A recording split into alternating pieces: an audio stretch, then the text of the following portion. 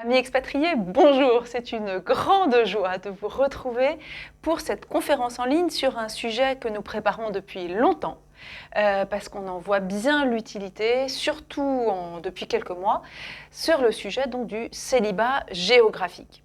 Alors, pour vous en parler, j'ai invité Béatrice de Carpentier.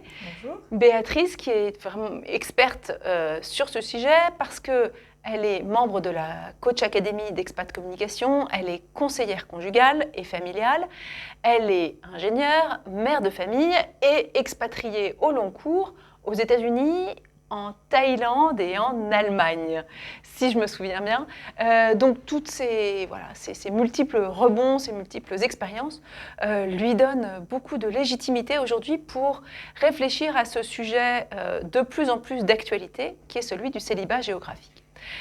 Célibat géographique, c'est vraiment une des configurations classiques du couple en expatriation, ça a toujours existé. Pendant la grande enquête du baromètre de l'expatriation en 2019, on estimait qu'on avait environ 15% des couples qui étaient en célibat géographique. Aujourd'hui, probablement, Béatrice, c'est encore plus. Qu'est-ce que tu peux nous dire de l'actualité du célibat géographique ? Oui, probablement encore plus. En tout cas, ça l'a été beaucoup avant l'été avec les confinements. Voilà, donc, beaucoup de couples se sont retrouvés séparés de fait à cause du Covid, des séparations qui ont duré beaucoup plus longtemps que prévu. Aujourd'hui, c'est un petit peu différent, c'est-à-dire qu'on est moins dans un effet de surprise, mais le célibat géographique continue dans un certain nombre de circonstances et il est vécu de façon beaucoup plus tranché ou radical qu'avant, c'est-à-dire qu'avant le Covid, quand on décidait de ne pas vivre, enfin de vivre en célibat géographique, on pouvait se retrouver à intervalles réguliers, c'était relativement simple. Aujourd'hui, c'est plus compliqué, c'est plus incertain, le temps des retrouvailles est plus incertain. Et donc, les couples en célibat géographique se retrouvent dans des situations de séparation souvent plus longues, voire à durée un peu pas indéterminée, mais prolongée, et avec des choix du coup plus radicaux à faire sur les retrouvailles.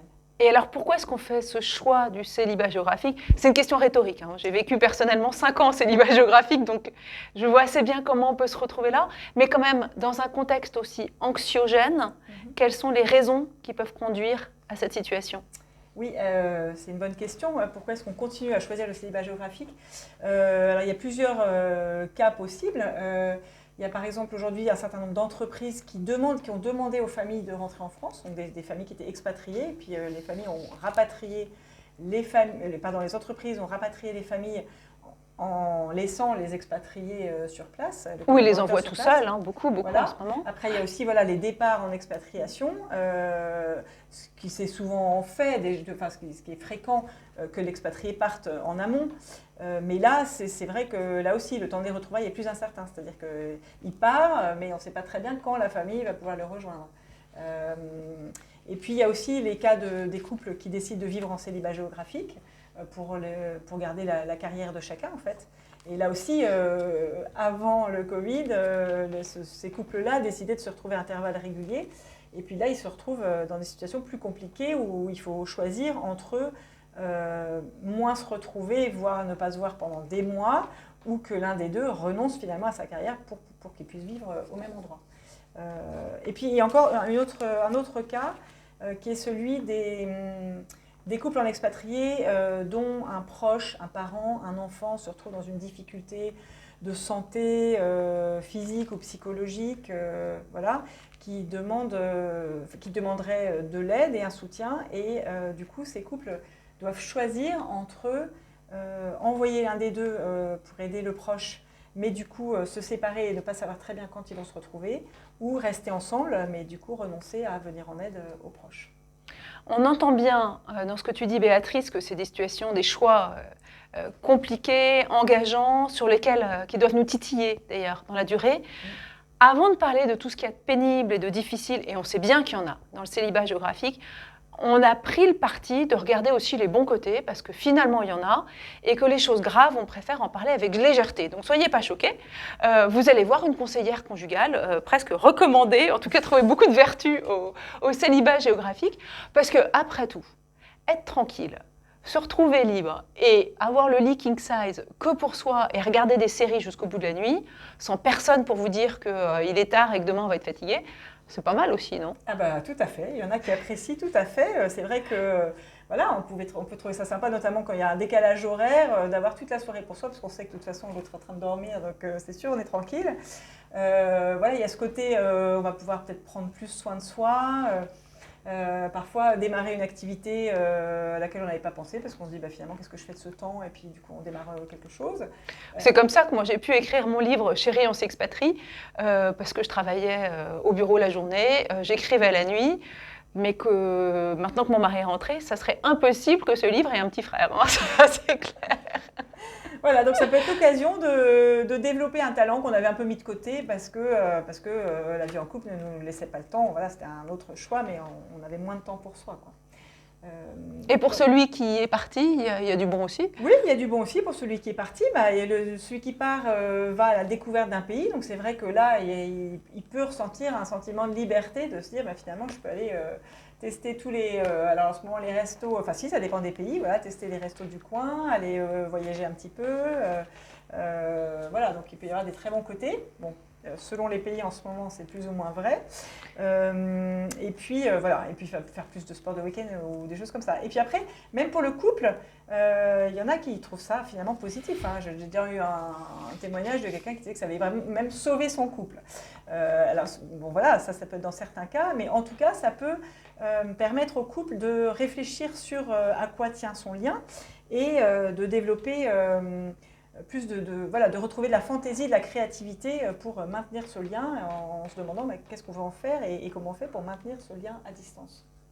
Enfin, là doucement, là, moi ça me trompe beaucoup, la conseillère conjugale qui dit bah, super, séparez-vous. Il n'y a quand même pas que des côtés positifs. Alors, on va explorer un peu aussi les écueils qu'on rencontre même systématiquement en situation de célibat géographique. Et Béatrice, si tu peux ne pas nous laisser au fond de la mer et nous donner des propositions, des pistes pour affronter ça au mieux. Premier écueil qu'on rencontre tous, c'est celui des difficultés logistiques.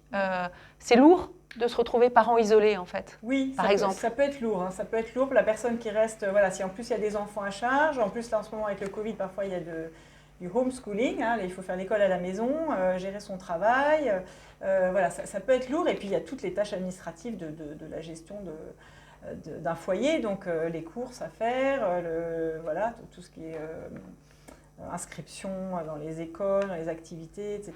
Donc tout ça, tout à coup, repose sur un seul parent et ça peut effectivement être très lourd. Alors qu'est-ce qu'on peut faire dans ces cas-là? On peut prendre conscience de cette difficulté et puis se dire qu'est-ce que je m'accorde comme bon temps? Est-ce qu'on peut faire peut-être des petits... par exemple, si la charge de faire les repas est un peu trop lourde, on peut décider de se faire une soirée pizza-film une fois par semaine. On peut demander de l'aide en fait, autour de soi, reconnaître que c'est compliqué parce que je me souviens d'une maman qui en plus craignait de tomber malade et se disait qu'est-ce qu'il adviendra de mes enfants si moi je tombe malade. Et donc elle avait mis en place un petit réseau d'entraide autour d'elle, voilà, pour être rassurée, pour savoir que ça tournerait quand même, et puis on peut demander de l'aide même sans être malade. Voilà, s'appuyer sur notre entourage. Donc c'est un petit peu différent, mais voilà. Et puis on peut prendre du temps pour soi, se reposer. Et aussi, pourquoi pas, demander de l'aide quand même au conjoint qui est loin, hein. Aujourd'hui, on fait plein de choses en ligne, par Internet. Donc, si c'est une démarche auprès de la CAF, par exemple, il peut tout à fait la faire à distance. Mais pour lui aussi, c'est pas forcément non plus, pas forcément facile non plus. Il ne faut pas tomber dans le tout repose sur l'un et l'autre a la belle vie. Oui, aussi. Alors c'est vrai que celui qui reste peut avoir tendance à se dire que la vie est quand même beaucoup plus cool pour celui qui est parti, parce que ça semble voilà, un espace de liberté énorme, mais c'est pas toujours si facile que ça. Là aussi, je me souviens de quelqu'un qui disait qu'au départ, effectivement, il s'était dit « Ah, bah, c'est sympa de se retrouver, d'avoir tout ce temps libre ». Et puis en fait, assez vite, il avait déchanté en se disant « Mais finalement, découvrir ce pays sans mon conjoint, sans mes enfants, bah, ça n'a plus d'intérêt en fait. J'ai pas tellement envie, j'ai envie de partager ces moments. » Donc finalement, tout était un peu retombé et c'était pas si drôle que ça. Et puis il faut un peu assurer à la fois la prise de poste et tout. Et puis je pense pour un certain nombre, ils ont envie justement de rester présents à leur famille. Et donc il y a une tension quand même qui peut se créer aussi de devoir être des deux côtés à la fois et d'assurer les deux côtés à la fois. Alors, les conseillers conjugaux, dans ce genre de situation, ils disent toujours « Ah, mais il faut parler, il faut communiquer ». Donc, c'est bien, mais d'expérience, la communication, quand on est en célibat géographique, c'est quand même hyper difficile parce qu'il y a plein de décalages. Décalage horaire, évidemment, quand il y en a un qui appelle en disant « Oh, je suis au lit, ça s'est bien passé ta journée » et l'autre qui est en train de donner les bains, c'est sûr, ça ne fonctionne pas, mais même il y a d'autres sortes de décalages plus compliqués. Tout à fait. Alors, il y a effectivement ce décalage horaire. Alors, effectivement, si on prend toujours le même créneau pour se retrouver et qu'il y en a un qui est toujours disponible et l'autre qui ne l'est jamais, au bout d'un moment, ça risque de clasher. Puis, les échanges ne vont pas être très symétriques et ça ne va pas forcément être très constructif. Donc, dans ces cas-là, il faut peut-être se dire quand est-ce que tu es disponible, quand est-ce que je suis disponible, et puis voilà, trouver des créneaux, peut-être alterner, une fois c'est l'un, une fois c'est l'autre, et puis dégager peut-être un temps où les deux sont disponibles, parce que c'est important aussi. Et puis on peut aussi se dire qu'il y a des moments qu'on réserve pour se parler du quotidien, partager, voilà. Et puis des moments, on se dit, bah voilà, il y a des choses que je ne vis pas bien, j'ai besoin qu'on en parle. Quand est-ce que tu serais disponible pour qu'on parle de ce qui ne va pas bien, hein? Et puis réserver un créneau pour ça, pour que ce soit vraiment un moment fait pour ça. On sait qu'on va parler de ce qui fait mal, mais voilà. Et puis il y a une autre chose aussi, c'est qu'on peut dans ces cas-là dire un petit peu son attente, c'est-à-dire ça ne va pas bien, mais qu'est-ce que j'attends en fait? Est-ce que j'attends une solution concrète d'aide? Est-ce que j'attends à ce qu'on réfléchisse ensemble pour redistribuer les tâches dans le couple, pour trouver de l'aide à l'extérieur, etc. Ou est-ce qu'en fait j'ai juste besoin de parler? Ça arrive aussi, voilà, moi je me souviens aussi de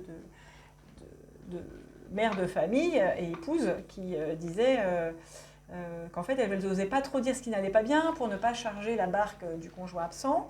C'était un peu, d'ailleurs ça pouvait être les deux, pas charger la barque du conjoint absent, ou peur de s'effondrer aussi en commençant à dire ce qui ne va pas bien, parce que finalement elle tenait un peu voilà, en prenant sur elle. Voilà, c'est important quand même de pouvoir un peu vider son sac de temps en temps et du coup de réserver des créneaux pour ça. Alors, vider son sac jusqu'où? Parce que déjà, ce qui est compliqué, c'est de se connaître et d'être au clair soi-même, c'est un premier truc.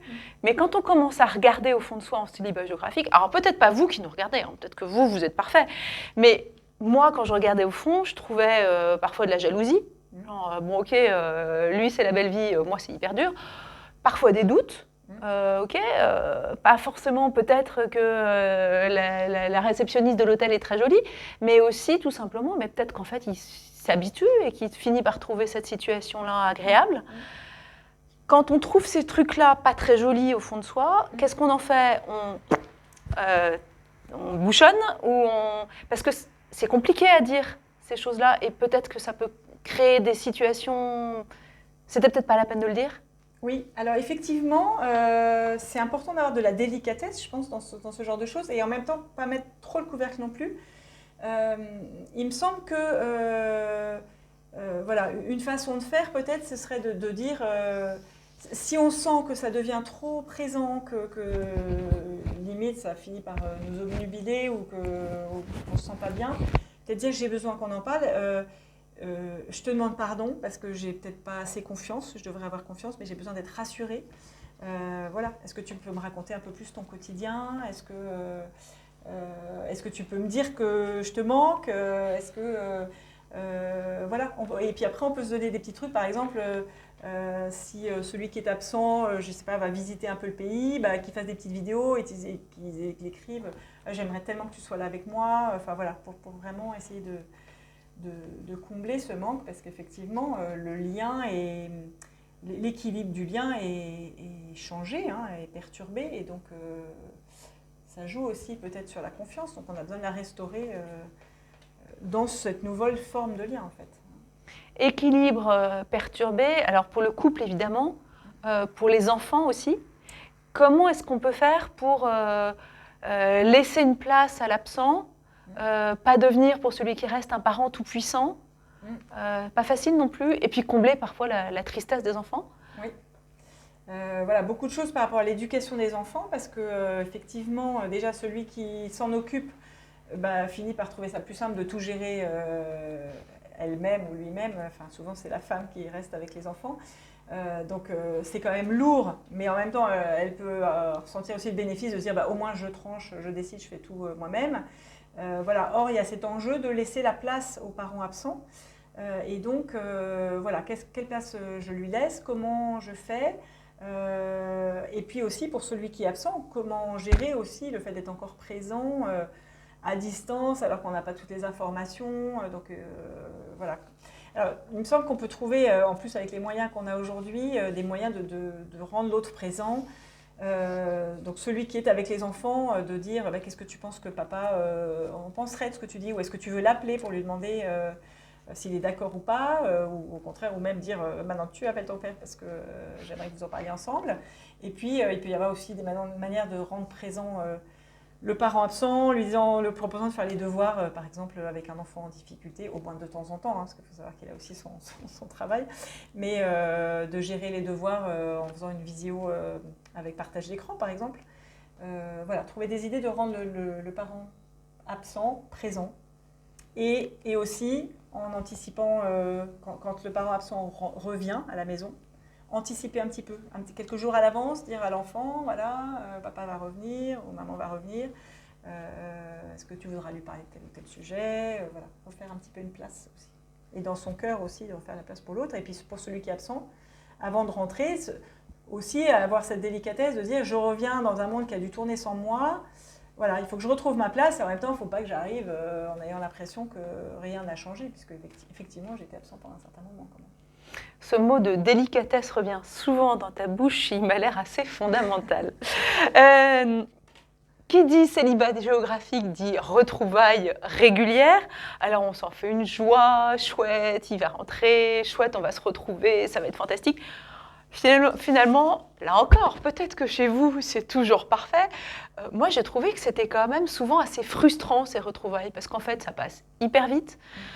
Parce que parfois même on s'engueule, alors qu'on s'était dit ça fait un mois qu'on en parle et puis finalement c'était pas cool du tout. Alors, est-ce que tu as des clés pour vivre au mieux ces moments tant attendus? Voilà, oui, ce moment tant attendu, c'est vrai que ces moments, comme ils sont courts, ils sont très précieux, les jours sont comptés, ces jours de retrouvailles, souvent on les attend avec impatience, ou parfois on les appréhende un petit peu aussi. Parce qu'il va falloir tout à coup refaire de la place pour l'autre, et en même temps on est tellement content de se retrouver qu'on aimerait que ce soit la fête, on aimerait en profiter, optimiser ce temps au maximum, et donc on n'a pas envie de parler des sujets qui fâchent à ce moment-là, mais comme souvent on n'a pas eu envie d'en parler avant non plus parce qu'au téléphone, parce que finalement les conflits sont essentiels dans une vie de couple pour se réajuster régulièrement. Sinon, c'est la tectonique des plaques, c'est la catastrophe sismique quand on attend trop longtemps, donc c'est important de faire ces réajustements. Et souvent, quand on s'appelle, c'est court. Or, dans un conflit, souvent, on a besoin aussi de voir, même physiquement, la réaction de l'autre. On se réajuste, en fait, un petit peu, même en regardant les postures de l'autre, etc. Et puis, souvent, on a besoin aussi de se réconcilier à la fin avec des gestes de tendresse. Et comme ça, c'est pas possible au téléphone, on reporte un peu les moments pour se dire les choses au temps des retrouvailles. Et en même temps, on a envie que ces temps de retrouvailles soient que dans la joie de se retrouver. Donc ce que je conseillerais, c'est de se dire que voilà, même s'il ne faut pas que les retrouvailles soient à chaque fois des temps uniquement de conflit, mais se laisser le droit à certains moments qu'effectivement on puisse se dire les choses, même si ça fait un peu mal, parce que c'est une autre manière de se retrouver, et on peut se dire zut, on a raté ce temps qu'on avait ensemble, mais non, c'est pas raté, ça fait partie de la vie de couple, et ça peut être important de prendre ce temps-là. Même si c'est dans le conflit, idéalement quand même en se réconciliant avant la fin, avant de se séparer. C'est assez libérateur cette idée que le conflit fait partie de la vie de couple et que c'est pas très grave.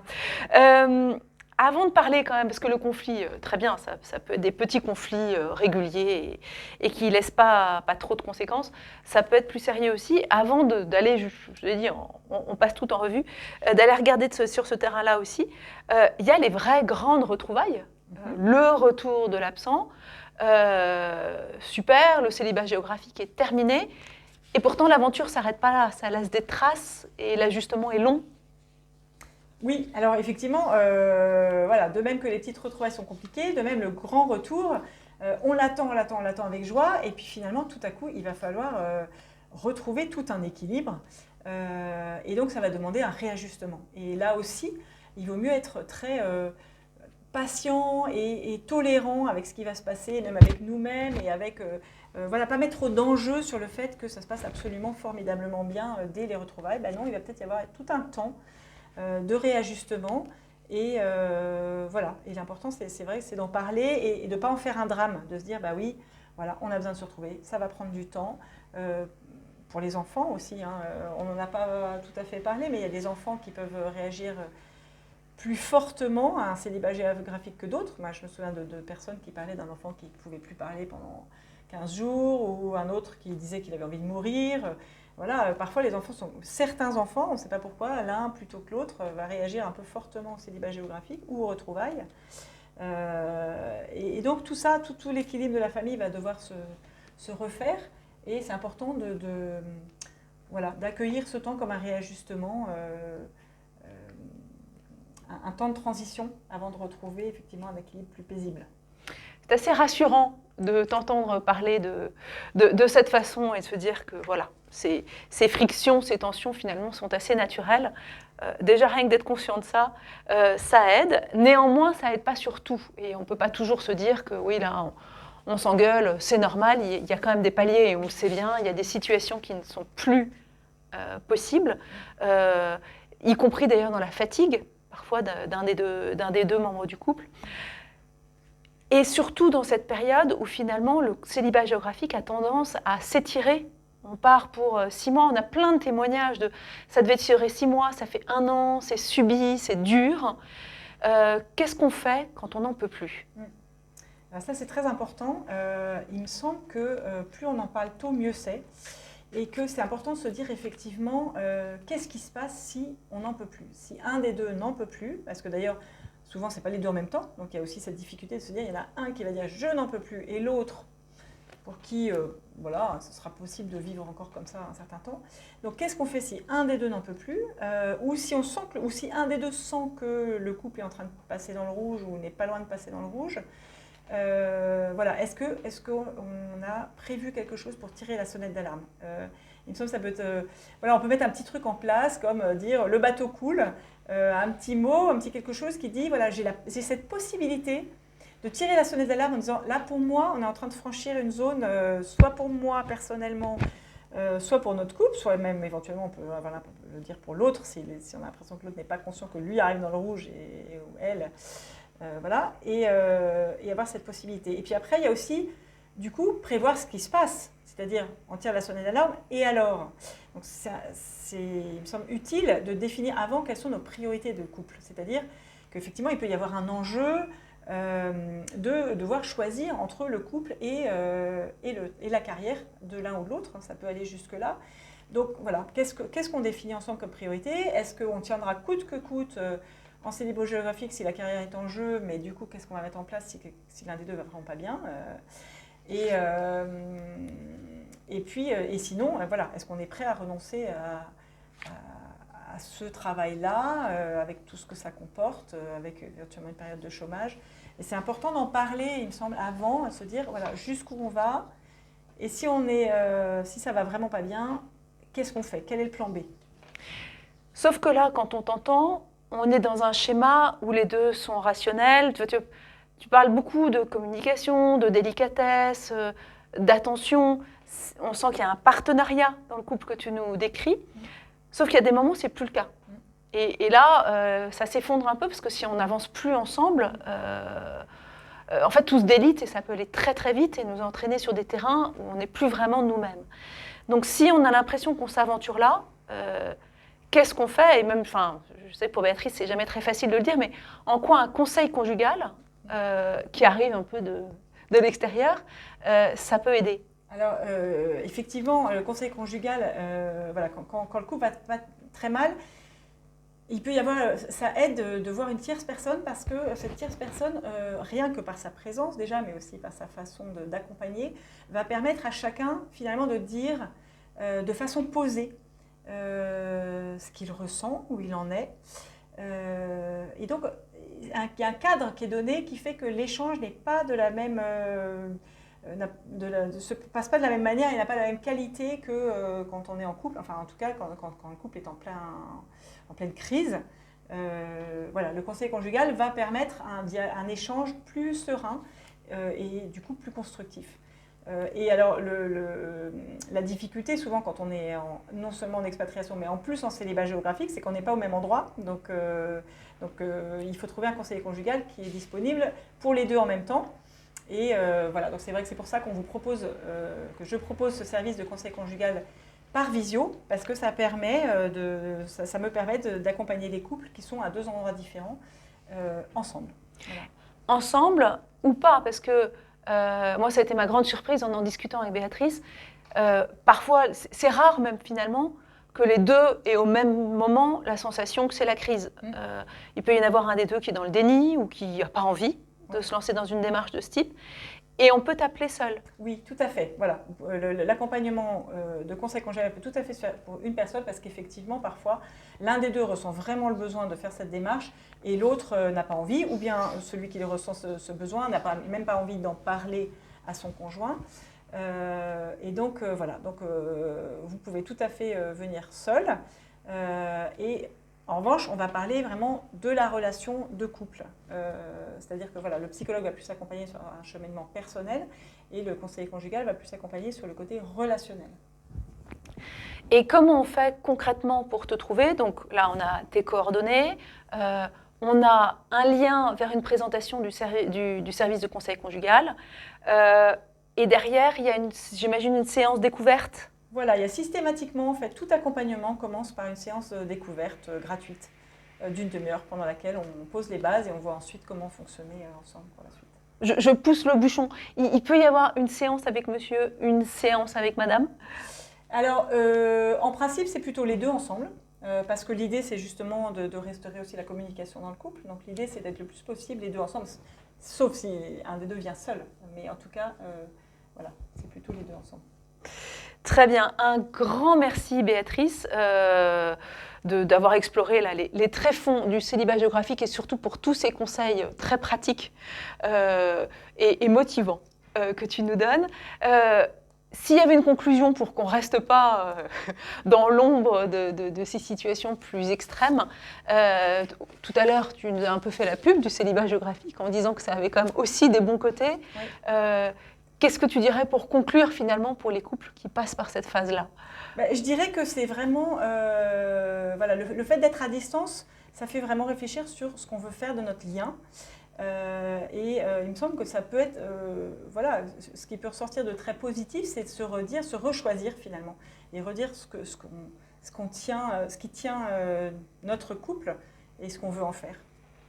Merci beaucoup Béatrice et amis expatriés, belle journée à vous, à bientôt.